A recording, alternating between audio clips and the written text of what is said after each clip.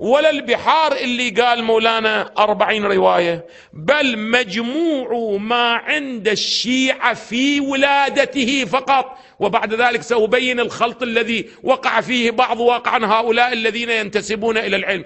قالوا أين صارت روايات رؤية الإمام؟ أين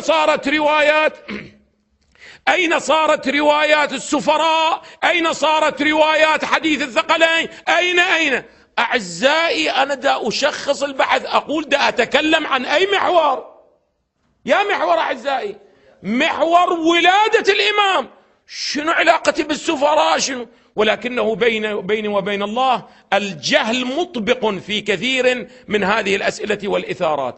أنا ما قلت بأنه لا توجد عندنا أدلة أخرى وطرق أخرى، قلت دا أتكلم عن ماذا؟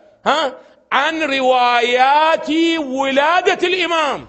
هاي الروايات، هذا الرجل يستعرض لنا 53 مولانا رواية.